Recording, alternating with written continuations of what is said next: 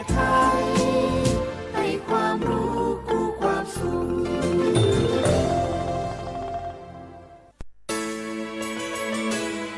สถานีวิทยุกระจายเสียงแห่งประเทศไทยจังหวัดเชียงใหม่ AM 1476 กิโลเฮิรตซ์สถานีวิทยุภาคภาษาชาติพันธุ์แห่งเดียวในประเทศไทยที่มีความทันสมัยเชื่อถือได้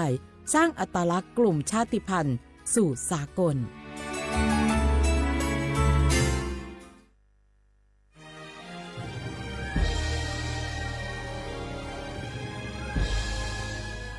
เกิดเป็นคนไทยเติบโตบนผืนแผ่นดินไทยจงภูมิใจในความเป็นไทย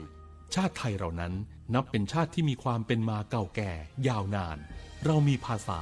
วัฒนธรรมและมีสิ่งต่างๆที่เป็นเอกลักษณ์ให้เราได้ภาคภูมิใจในความเป็นคนไทย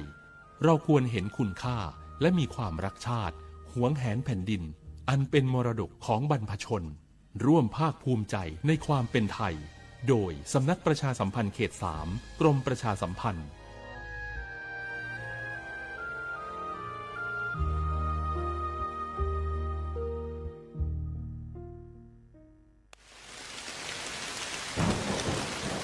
หน้าฝนทีไรแถวบ้านหนูดินถล่มทุกปีคุณครูมีวิธีเตรียมพร้อมรับมือเมื่อเกิดดินถล่มบอกให้หนูรู้ได้ไหมคะได้สิครับนักเรียนดินถล่มเป็นภัยธรรมชาติที่มักเกิดคู่กับน้ำป่าไหลหลากถ้าเกิดฝนตกหนักนานกว่า6ชั่วโมงน้ำในแม่น้ำและลำห้วยจะเพิ่มสูงขึ้นอย่างรวดเร็วน้ำจะมีสีขุ่นมากกว่าปกติดังนั้นเราต้องสังเกตความผิดปกติมันติดตามข้อมูลสภาพอากาศและประกาศเตือนภัยสำรวจสภาพความเสี่ยงของพื้นที่วางแผนและศึกษาทางหนีภัยแล้วถ้าเกิดดินถล่มขึ้นจริงๆเราต้องทำยังไงบ้างคะคุณครูถ้าเกิดดินถล่มเราก็ต้องรีบอพยพไปตามเส้นทางที่ปลอดภัยให้ห่างจากแนวกันไหลของดิน 2-5 กิโลเมตรนะครับอย่าอยู่ใกล้ลำน้ำเพราะอาจได้รับอันตรายจากหินหรือต้นไม้ที่ไหลมาตามน้ำเลี่ยงกันใช้เส้นทางที่เกิดดินถล่มหรือกระแสน้ำไหลเชี่ยวหากพลัดตกน้ำให้หาต้นไม้ใหญ่ยึดเกาะและปีนให้พ้นน้ำห้ามว่ายน้ำหนีเด็ดขาดเพราะร่างกายอาจกระแทกกับหินหรือซากต้นไม้นะครับนักเรียนเข้าใจแล้วค่ะคุณครูหนูจะจดจำที่ครูสอนเมื่อภัยมาถึงหนูจะได้ปลอดภัยค่ะ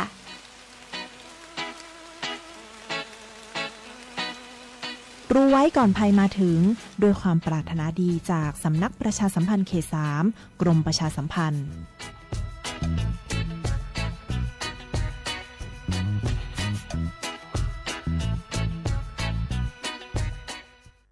พี่จะพาน้องลองใต้สังคมพหุวัฒนธรรมต่างศาสนาแต่ใจเดียวกันชมทะเลสวยฟ้าใสที่ภาคใต้ชิมปลากุเลาตากใบขึ้นชื่อราชาแห่งปลาเค็มภาคใต้แหล่งผลิตวัตถุดิบอาหารสำคัญของโลกลิ้มรสผลไม้แสนอร่อยลองกองทุเรียนมังคุดเงาะความหลากหลายทางวัฒนธรรมทั้งพุทธคริสต์อิสลามและคนเชื้อสายจีนอาศัยอยู่ร่วมกันอย่างกลมกลืนภาคใต้แห่งสยามเมืองงามของไทยสำนักประชาสัมพันธ์เขต 3 กรมประชาสัมพันธ์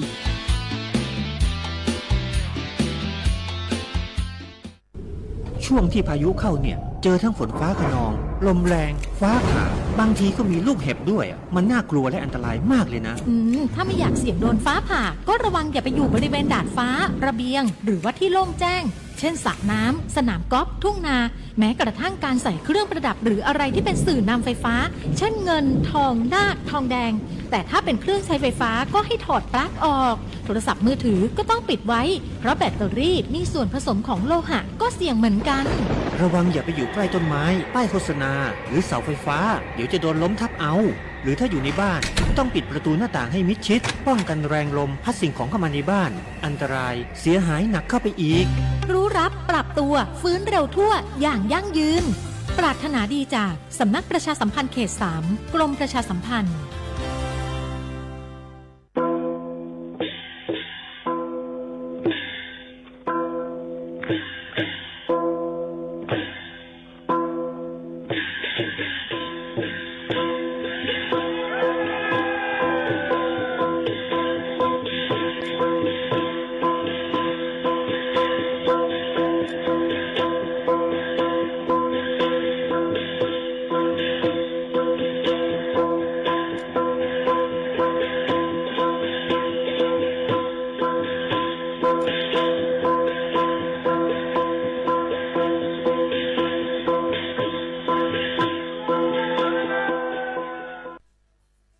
I don't ever slow up, no I don't take shit. I got no love for the fakeness. If you wanna play tough and wanna hate this, I'll always show up. I don't ever slow up, no I don't take shit. I got no love for the fakeness. If you wanna play tough and wanna hate this, I'll always show up and make a statement. I don't ever slow up, no I don't take shit. I got no love for the fakeness. If you wanna play tough and wanna hate this, I'll always show up and make a statement. Everything I do so instinctive and so passionate. Every word I move so descriptive like an adjective. I got a vendetta against people who patented being negative when you should be getting after it.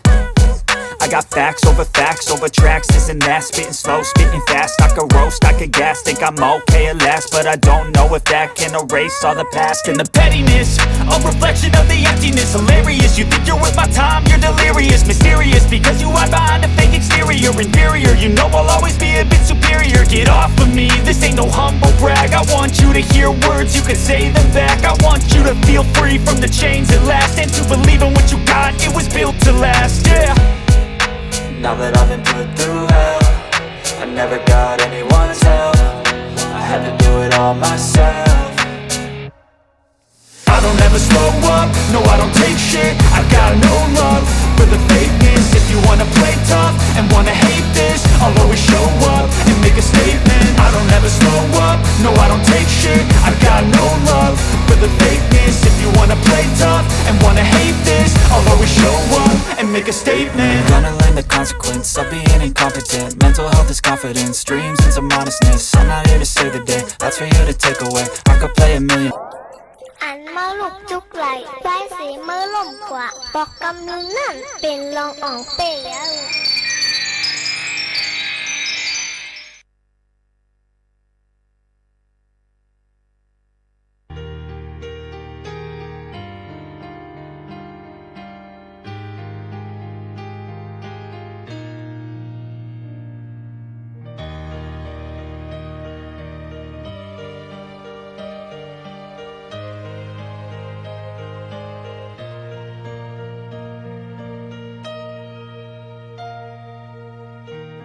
quăng lăng pẹt mơ hoa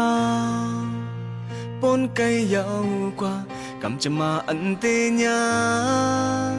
ต้นเปิดไว้ทางอนาคตวันมาเหมือนเว้าตาไว้จึงไปเปิ้งสาย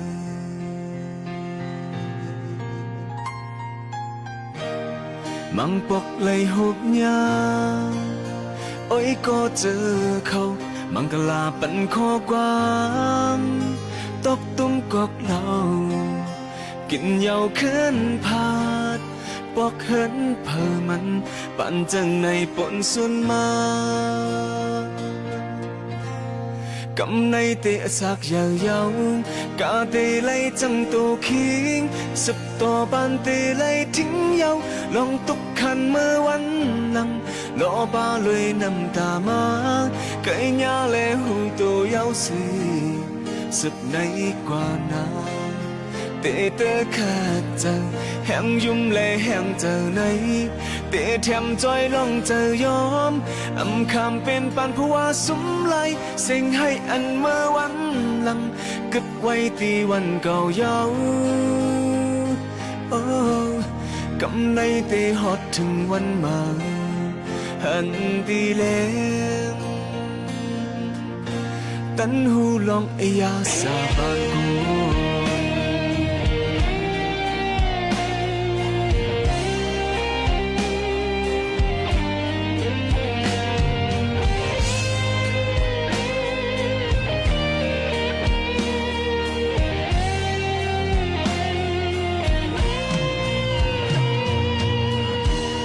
เอาเจอเป็นไม่พาย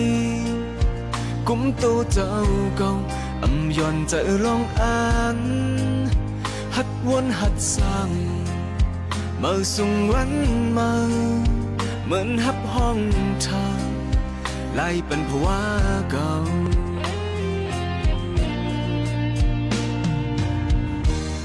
ไม่ถึงเลยยองยอโอ้ยก็โอ้ยสิทั้งอยู่เขาหูจอมลองยอมกูลอง ตาจังแห้งจืนอ่อนกำภายหลังปั่นจังในปนสุนมากำใน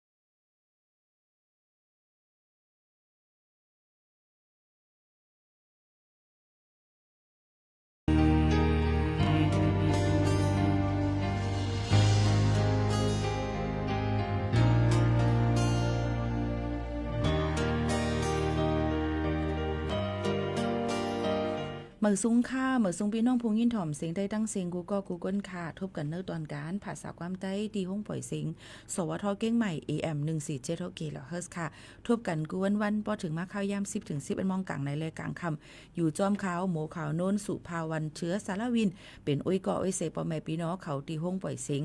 อองตี49เส้นตั้งประชาสัมพันธ์จางการเวงเก้งใหม่50100หมายโฟนกับ10ค่ะ0532766007ในค่ะ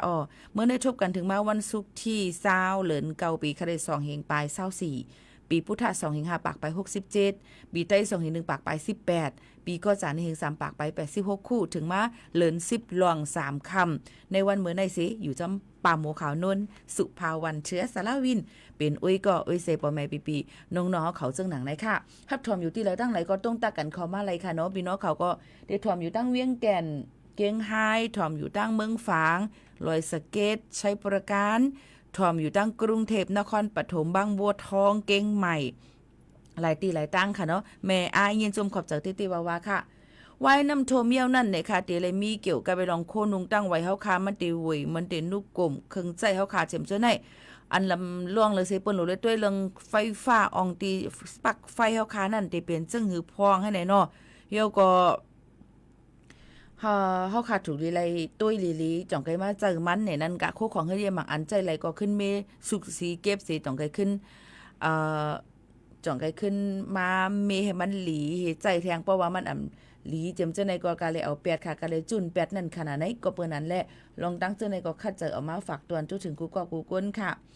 ก็เจเลยหันว่าในคาก้นตั้งแม่สายไว้เสน้ำถมน้ำนองเหี่ยวตีกัดสายลมจอยตั้งและตั้งกัดลอยเว้าแม่สายเก้งไห้หิมแหลนลีนนั่นในค่ะเนาะก็จะมีก้นมาแอวแหลนนำมาซื้อโคกของเครื่องใจวายเสน้ำถมน้ำลกน้ำนองไก่เหี่ยวในค่ะเปิ้นก็สิอ่อนกันมาซื้อกูปีๆค่ะ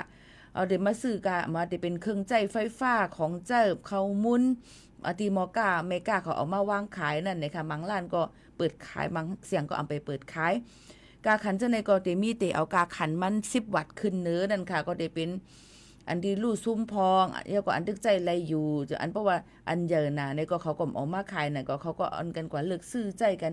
น้ำเตนำว่าค่ะพ่อแม่พี่น้องเขาเจ้าในก็ก้อยกาจึงหือก็เฮาก็อีหลูก้นปอกาไม่ขายก้อยกาบางอันมาเพราะว่ามันก็ซื้อมาแล้วมันจังลีมันลีในกำเจ้าในก็อย่าไปก็ซื้อมานั่นค่ะเนาะย้อนว่าอันมาจำนำมันเป็นน้ำหวยน้ำหังค่ะพี่น้องเขาก็จังมีเจอแบคทีเรีย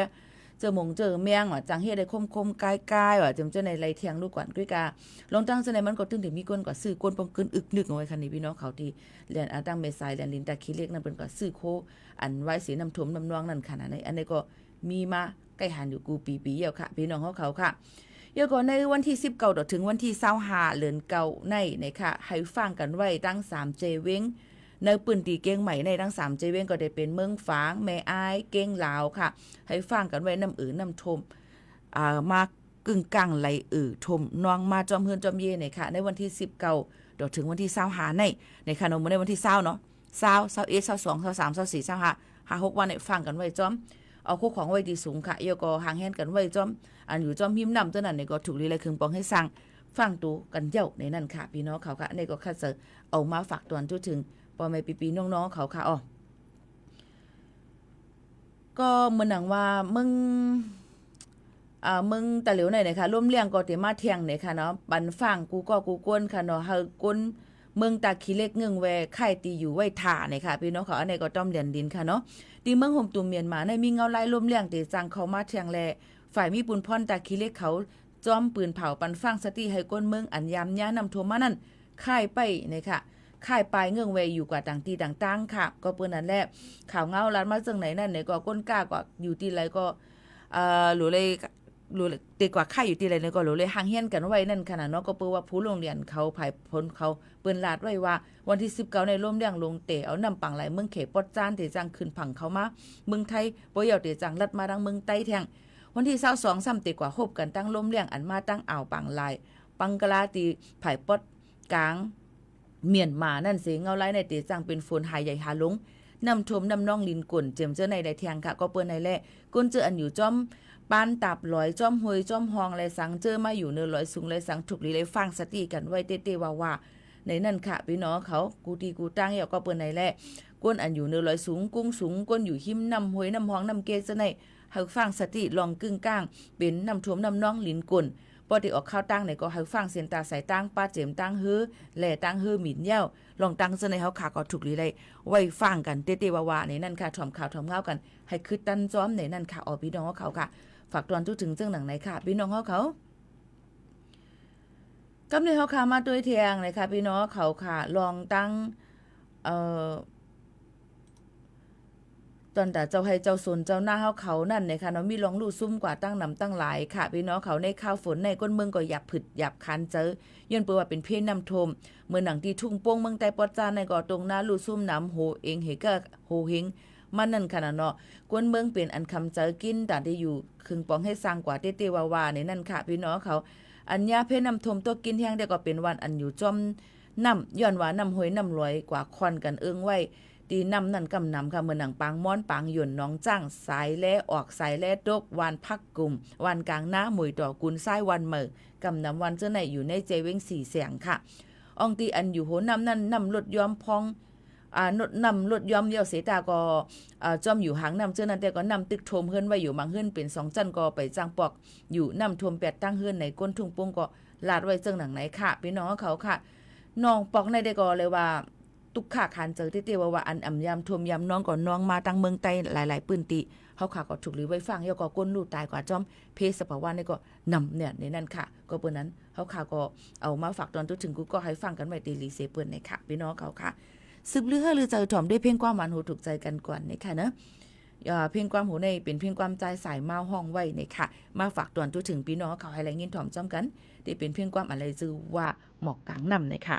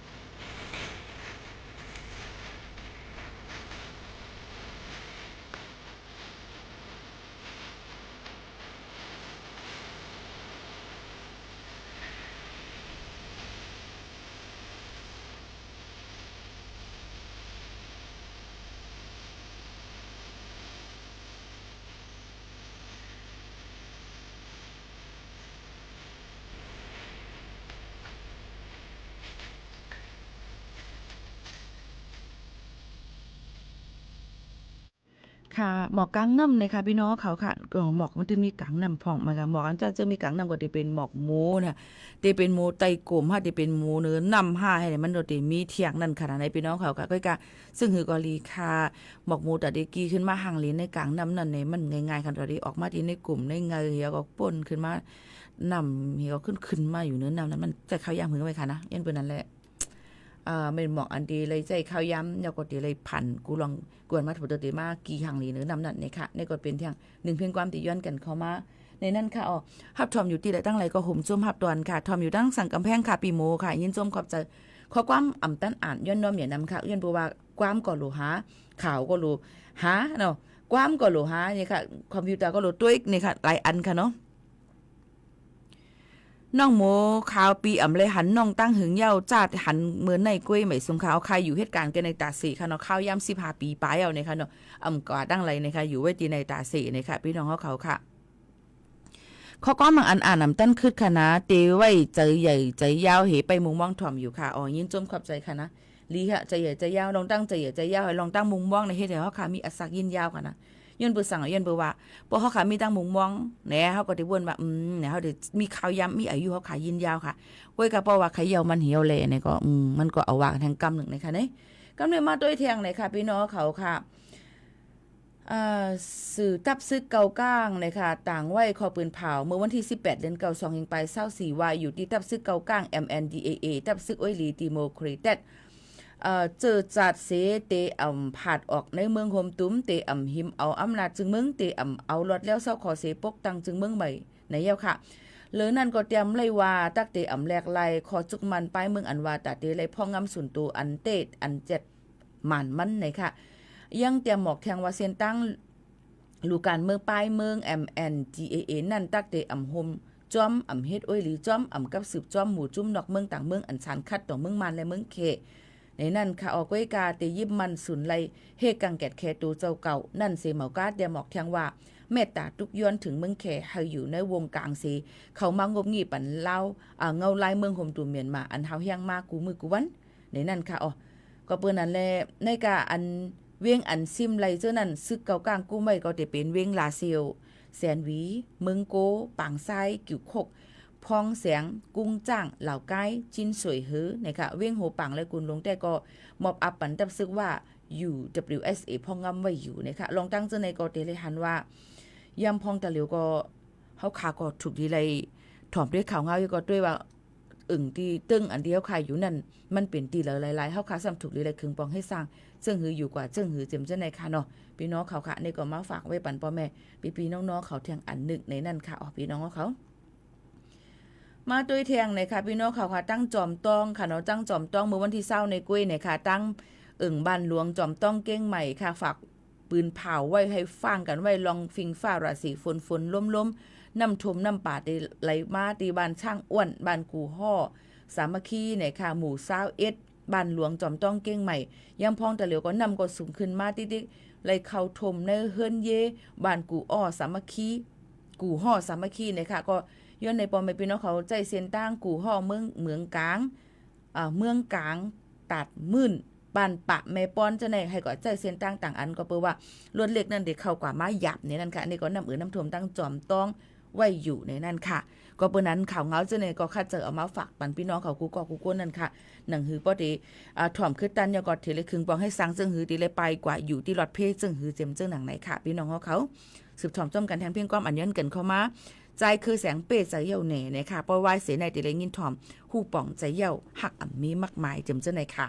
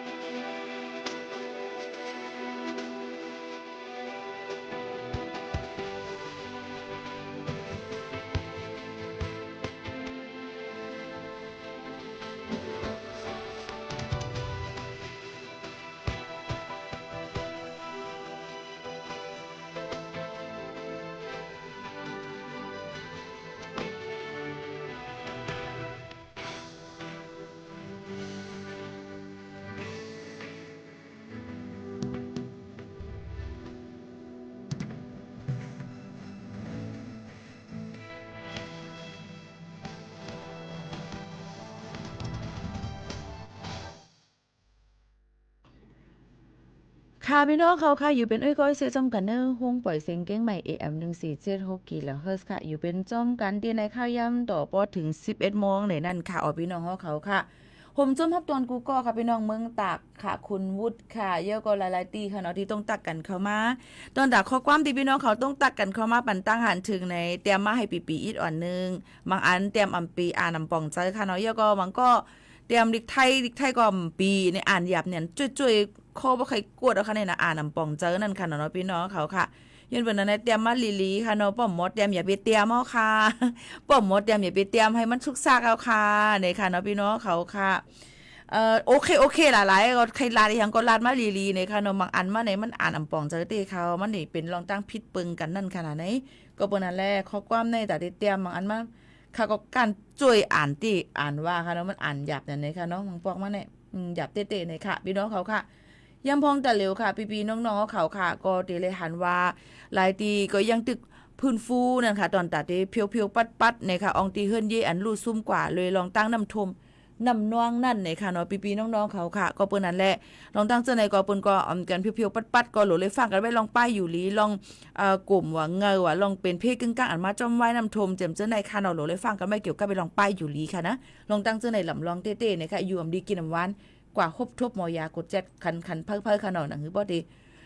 อยู่ลีกินหวานเดี๋ยวก็เดี๋ยวยดยาอะไรคือตันอ่ำเป็นห้าวเฮียงนั่นในนั่นค่ะพี่น้องเขาค่ะปีโป้ย้อนมาเพลงความค่ะฮู้ป่องเจอเยี่ยวนะคะก้นย้อนจ่องตึกถ่อมคือได้กลมฮู้นะคะเนาะอันย้อนมานะคะก็ขับใหญ่จำหนังพี่น้องขอย้อนกันเข้ามาค่ะเนาะสืบถ่อมค่ะฮู้ป่องเจอเยี่ยวนะคะ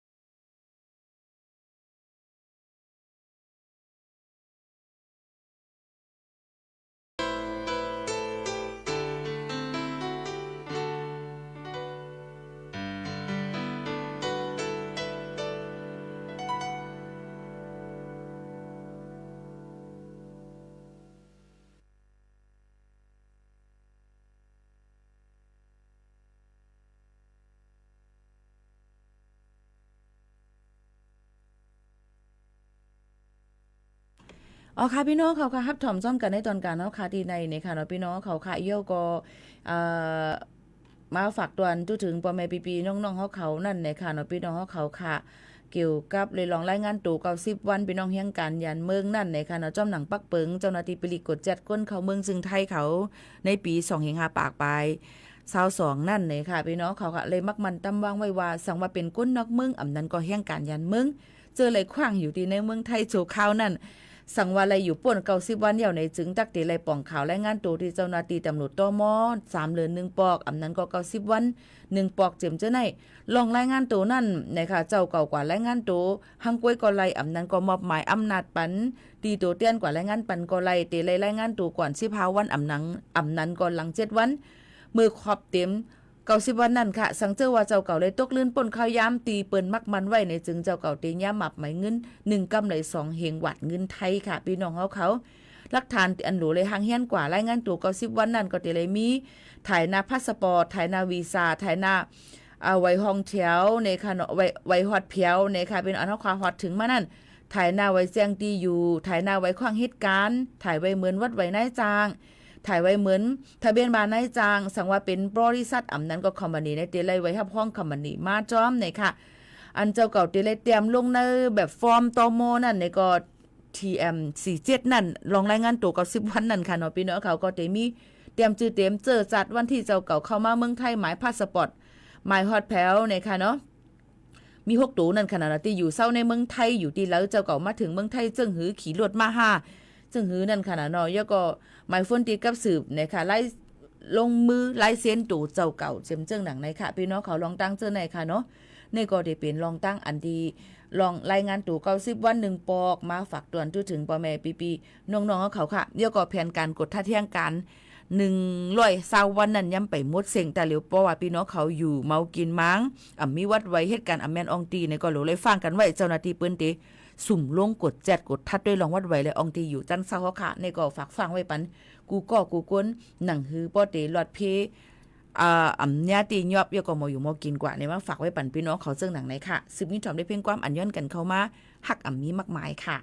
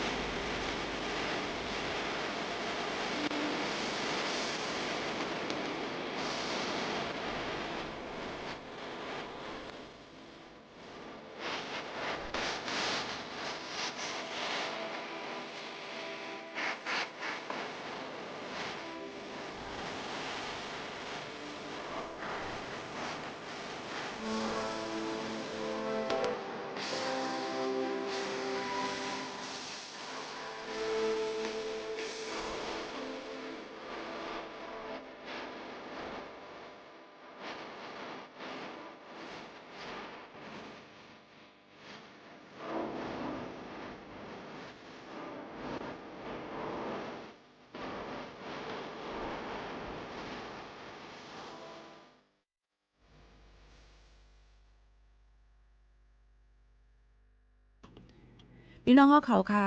ตั้งอยู่ดังนครพนมพี่น้องเขาจะมีแห่งการพ่องฟังกันไว้ค่ะก็บอกว่าที่มีน้ำน้ำท่วมอยู่ไว้ที่สูงระยะนะคะน้ำได้ท่วมมาดังนครพนมค่ะนะเพราะว่าอยู่ดังนั้นเนี่ยก็มีปีน้องๆอยู่นั่นเนี่ยก็ฟังกันไว้จอมเนี่ยค่ะเนาะหลายๆตีหลายๆตั้งเหมือนกันค่ะรู้ได้ถ่อมด้วยข่าวเงากันค่ะพี่น้องเขามาฝากไว้ปันลองแก่งคอเซ็นเตอร์ค่ะเนาะเมื่อวานหมู่เขานุ่นยา3สายนึงบอกว่าเป็นอ้อยก็ลดกากวยนี่ค่ะให้ลอยเงินมาปันอีกนึงค่ะก็ว่าแต่ก็ก่อนแล้วเสียงมันก็เหมือนเตะเหมือนว่าพี่น้องเขาอุบตั้งหึงค่ะนะพี่น้องเขาลูกเหมือนเตะก็ค่ะเตะก็กะมันไปเจอค่ะว่าไหนเนาะเพราะนั้นก็หมายรถกาอีสั่งละในมันตัวหมายรถกามันก็เปิดนั้นมันก็เจอเพราะว่ามีคนโทรมาหาพี่น้องเขาหมายโฟนที่เขาฮู้จักจังได๋เขาโหลดแอปพลิเคชัน Who Call อันว่านั้นก็ไล่ก็กับบางอันมันก็ติลาดว่าเป็นมันก็เต็มเลยลาดว่าเป็นก้นเป็นไม้ก้นดอกเหรียญบางอันมันก็ติลาดนั่นค่ะเนาะพี่น้องเขาค่ะลองตั้งเจอไหนนั่นค่ะทางซ้ายนึงก็ลาดว่ามีจ่องใจคุณสุภาวันจื้อค่ะในเต็มปิกค่ะนะจื้อนามสกุลค่ะเต็มปิกค่ะเนาะจ่องใจก็นั้นก็ในค่ะใส่อว่าค่ะในโทรมาที่ธนาคารกสิกรในว่ามีรองสังคาในค่ะเนาะค่ะก็ว่าคาลาดวันนครพนมนำดิโทมจะนครปฐมถอมดีๆค่ะก็ไม่ค่ะก็ลาดว่าอันมีจังคือค่ะในว่าต้องเลยมอบอำนาจปันก้นจือสมเกียรติก็ในมาเปิดบัญชีเงินหาในว่าค่ะการเปิดบัญชีเงินในมีลองมอบอำนาจปันไผเปิดเพื่อข่าวในค่ะว่าหยอกเรียนมาหลายก็ยาวค่ะละเพื่อข่าวในมันก็ว่าย้อนน้อมค่ะที่ย้อนทุพิษเนี่ยค่ะที่ย้อนทุพิษเนี่ยค่ะว่าว่างค่ะแบบย้อนเบิ่นอันไหนเพราะเบิ่นกึ่งกลางโทรมาหาพี่น้องเขาว่าสู่มีคดีความกันนายเงินสู่ถูกเนี่ยอย่าไปตกใจค่ะเนาะตั้งสติลีๆนะคะก็ว่าลองตั้งเจ้าไหนเพราะค่ะก็ลงก้นเขากับถ่อมความเขาในเฮ็ดแล้วค่ะจังดูซุ่มเงินปันเขาไรย้อนเปิ้นนั้นมันก็ว่าสุดเลยจ่ายเงินมาค่ะนายสุดเลยเฮ็ดในในอำไรค่ะนะก็เปิ้นนั้นดูฟังกันไว้จ้อมหมายโฟนว่าบางหมายโฟนบางอันกับสืบมหาติโมเขาโน่นก่อมฮับค่ะนะย้อนเปิ้นหังย้อนเปิ้นว่าเฮาฮู้เลยว่าก้นที่เป็นก้นขาดตื้นวนมันที่เป็นมิจฉาชีพก้นมันเป็นหยอกเรียนเงินออนไลน์นั่นค่ะก่อมฮับก็เปิ้นนั้นอย่าไปจะล้ำนะเพราะหมังก็โทรมาหาค่ะขามฮับนั้นย้อนเปิ้นว่าค่ากูเนี่ยนะคะเนาะกูเนี่ยไปซื้อเฮ็ดกันหาเจ้ากินคำจึงเฮาในเหี่ยวก็แต่มีคนมาหยอกเรียนทางในก็อย่าไปเฮ็ดละมันก็การหยอกเรียนกินกันมันก็บ่ละกำไตเสียเขาซ้ำไปลัดกำไตมาแทงมันก็ลัดความมันเขาไปลัดความมันมาแทงความเขลัดความเขมาแทงลองตั้งเจ้าในลีโกเนี่ยมันมีหลายเจ้าคือตั้งแต่ได้เป็นลึกเครือข่ายเนื้อสื่อออนไลน์เนื้อหยอกเรียนแจ้เพี้ยนกันนั่นหลู่เลยฟังกันไว้เด้ๆค่ะผ่าดันพี่น้องเขาเมื่อยาวค่ะพี่น้องเขาค่ะยินจมขอบใจกูก็ที่ไว้ข้าวยามมีกาขันมาถ่อมจ้อมกันที่ในสิจ่องขึ้นมาคอยกันเที่ยงค่ะเนาะเหมือนในผ่าดันเมื่อนั่งเพียงความอันย้อนมาใจผิดลองสั่งเลยค่ะเนาะบางปอกมาเฮาเต็มจังฮู้เลยก็เลยว่าเฮาผิดลองสั่งเพราะเฮาได้ถามเขาบางปอกเขาใกล้รัดค่ะดิใกล้กาบางปอกมาเลยมาเผยโจเขาได้รัดก็เทิงกว่าเยาวค่ะไหนค่ะผ่าดันเมื่อยาวค่ะเหมือนซุงค่ะ